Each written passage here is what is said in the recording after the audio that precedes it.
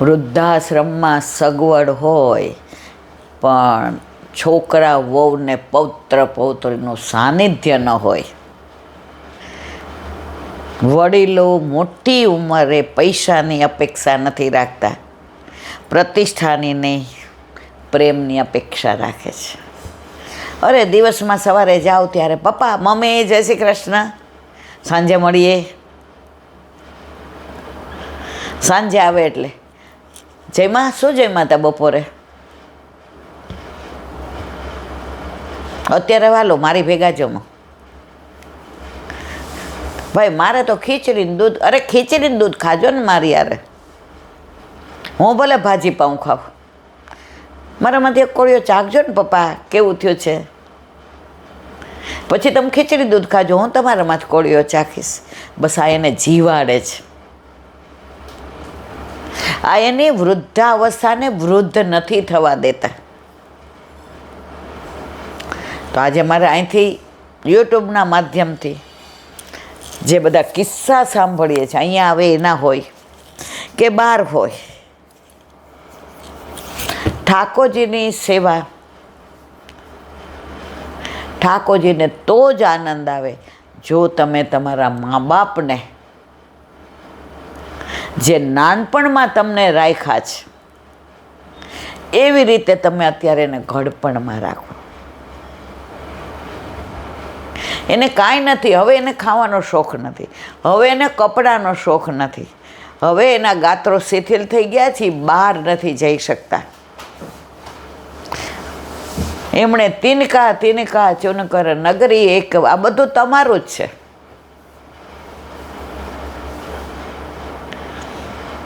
પણ જે જરૂર છે તે હૂંફની છે, પ્રેમની છે. અરે આપણે કોકના ઘરે ગયા હોય ને, જો આવકારો જરાક મોડો મળે ને તો મારા જેવા તો તરત એમ કે એ મારે તો ટાઈમ આપ્યો છે, મારા ઘરે આવી ગયા છે બોલો મહેમાન, પછી આપણે મળીએ. અરે ઓલા વિચાર કરે કે કેમ આમ કર્યું ઈલાબેન, પણ એ રણકાર મળો હતો. આજથી 20 વર્ષ પહેલાં એક વૈષ્ણવના ઘરે હું ગઈ હતી. હવે એના દીકરાને થોડી તકલીફ થઈ ગઈ હતી, ઓચિંતાનો ડાયાબિટીસ 500 થઈ ગયો અને રસ્તામાં પડી ગયો. એટલે હોસ્પિટલ લઈ ગયા. એટલે મને ખબર પડી, એટલે હું સ્કૂટર લઈને ગઈ. મને ખબર હતી એની સ્થિતિની. એટલે મેં ઓલાને કીધું કે ભાઈ તમે બિલ એમને ન આપતા.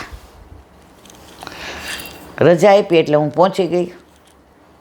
કોણે બિલ આપ્યું? મેં નથી આપ્યું. એટલે મારી મોટી કરવા હું નથી કહેતી, પણ ડૉક્ટરોએ એને, હવે અઠવાડિયા પછી હું ગઈ એના ઘરે. એના ઘરે બટેકા વડાને, દાલ વડાને, ગોટાને થતા હતા અને 15-20 વૈષ્ણવ બેઠા હતા. એટલે મેં ખખડાવ્યું. એટલે એની ખોલ્યું ને એટલે વહુએ પૂછ્યું કોણ છે? એટલે મેં બરાબર ઈશારો જો આમ મોઢું બગાડીને કીધું. શું કામ એને ન ગયું? કે આમ તો આપણે રોદડા રોઈએ કાયમ, અને આ 15-20ને જમાડવાના ને એનાથી આગળ બધા માટે સાડી લાવ્યા હતા. આવી ડ્યુએટ પર્સનાલિટી, ત્યારે આપણે મૂંઝાઈ જઈએ કે આપણે જજ કર્યું, એમણે વાત કરી એ સાચું કે આ જોઈએ છીએ સાચું. એટલે જ હરિરાયજી કહે છે વંચકોથી ચેતીને ચાલો. અમારી નજર સમક્ષનો દાખલો છે. મારો કહેવાનો આશય એ છે વૈષ્ણવતામાં ક્યાંય બનાવટ ન કરવી, એને ન લજાવવું, એનું દુઃખ વલ્લભને થાય.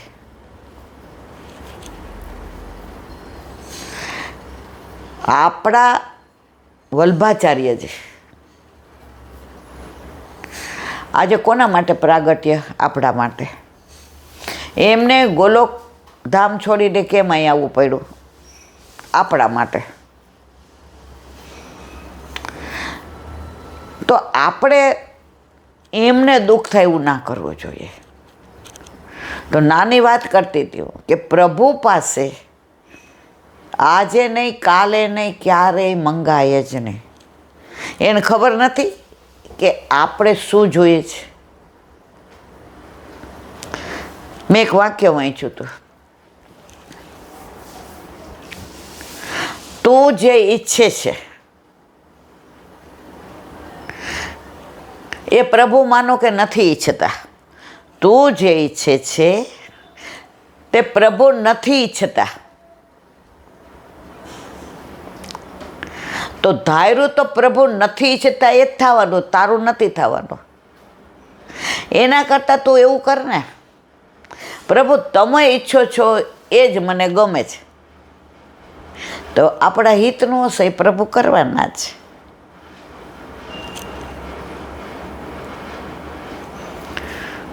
એક રાજા હતો. રાજાને તો દોમ સાહેબી હોય,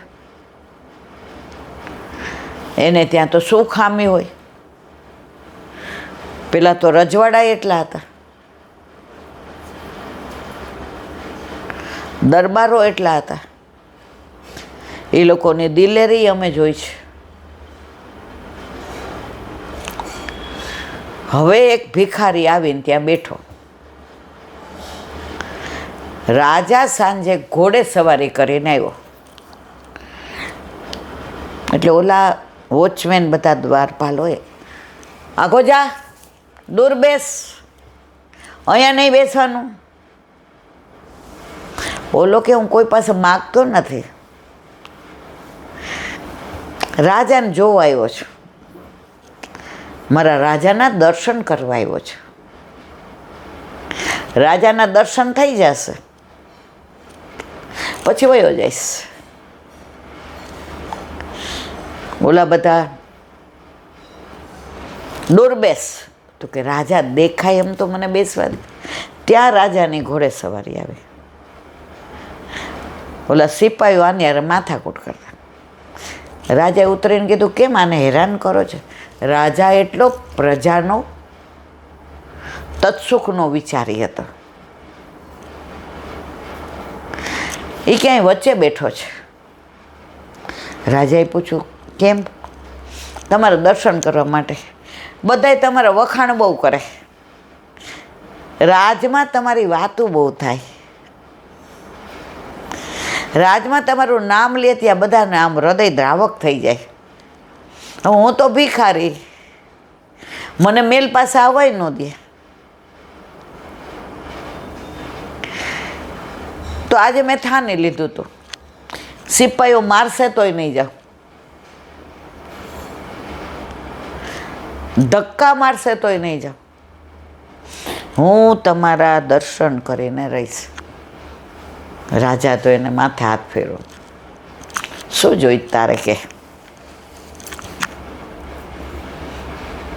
હું દર્શન કરવા આવ્યો છું, મારે શું જરૂર છે એ મારા કરતાં તમને વધુ ખબર છે. મારે શું જોઈ છે એ મારા કરતાં તમને વધુ ખબર છે. હું માગવા નથી આવ્યો, હું મળવા આવ્યો છું, હું દર્શન કરવા આવ્યો છું. બધા કહેતા હતા એના કરતાં અનેક ગણો મારો આલો મારો રાજા. બસ મારે કાંઈ નથી માગવું, મારે હવે હું જાઉં છું. રાજા કે નહીં, આટલું બધું તું પ્રેમ કરે છે મને અને હું તને ખાલી હાથે જવા દઉં કાંઈ? મારે દર્શન કરવા હતા રાજા, આપને મળવું હતું, આપની સન્મુખ થવું હતું, આપને જોવાતા. મને જોઈને આપ કેવા રાજી થયા એ મારે જોવું હતું. બસ બધું જોઈ લે, હવે હું જાઉં છું.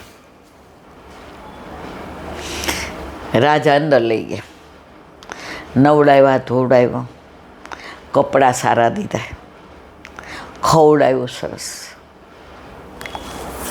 સિપાહીઓને કહ્યું ગામની ભાગોળે આપણું મહેમાનખાનું નવાઝખાનું છે ને,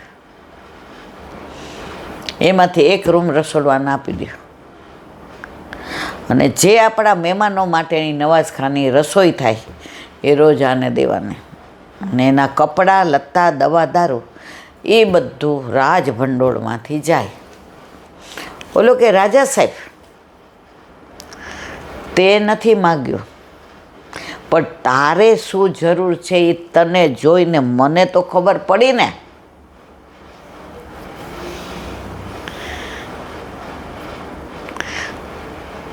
એના ઉપરથી ના રૂપક હતું દાખલો આપ્યો કે આપણે પ્રભુની સન્મુખ થઈએ છીએ, પ્રભુના દર્શન કરીએ છીએ, તો આપણે માગવાની જરૂર છે. એક સામાન્ય રાજાઓને પ્રજાને જોઈને સમજી જાય છે કે એને શું જરૂર છે અને એના હિતમાં શું છે. રાજા એવું ન વિચાર્યું આ દારૂમાં પી જશે આમ તેમ, એના હિતમાં છે એણે દીધું. તો આપણા ઘરે આપણા માથે બિરાજતા આપણા ઠાકોરજીને ખબર છે કે આપણે શું જોઈએ છે અને શું આપણા હિતમાં છે. ધારત તો રાજા એમ કહે કે ભાઈ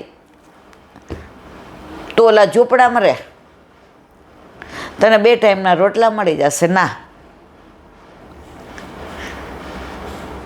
મહેમાનના પહેલાંમાંથી નવાઝખાનું એને આપ્યું, જીવે ત્યાં સુધીની વ્યવસ્થા કરી દીધી. માગ્યું હોત તો રાજા એકાદી સોનામોર આપત કે 5 આપત. એણે માગ્યું નહીં, હોશિયાર હતો. એટલે જ વલ્લભભાઈ કહ્યું છે આપણે ક્યારેય આપણા ઠાકોરજી પાસે માગવું નહીં. આપણા શું હિતમાં છે એ આપણને જ ખબર નથી. ઘણીવાર ના માગવાનું માગી લઈએ છીએ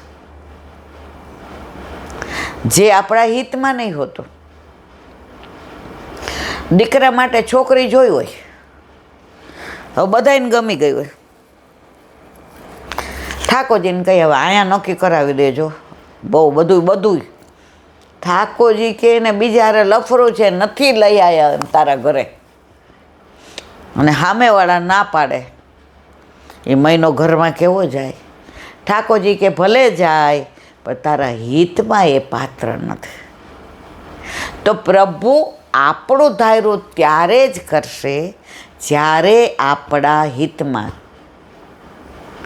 ઓલો એક છોકરો એની મમ્મી ભેગો ગાંધીની દુકાને ગયો, એટલે કે પેલા શેર હતા, 2 શેર ખાંડ આપો, 2 ગોળના ભીલા આપો.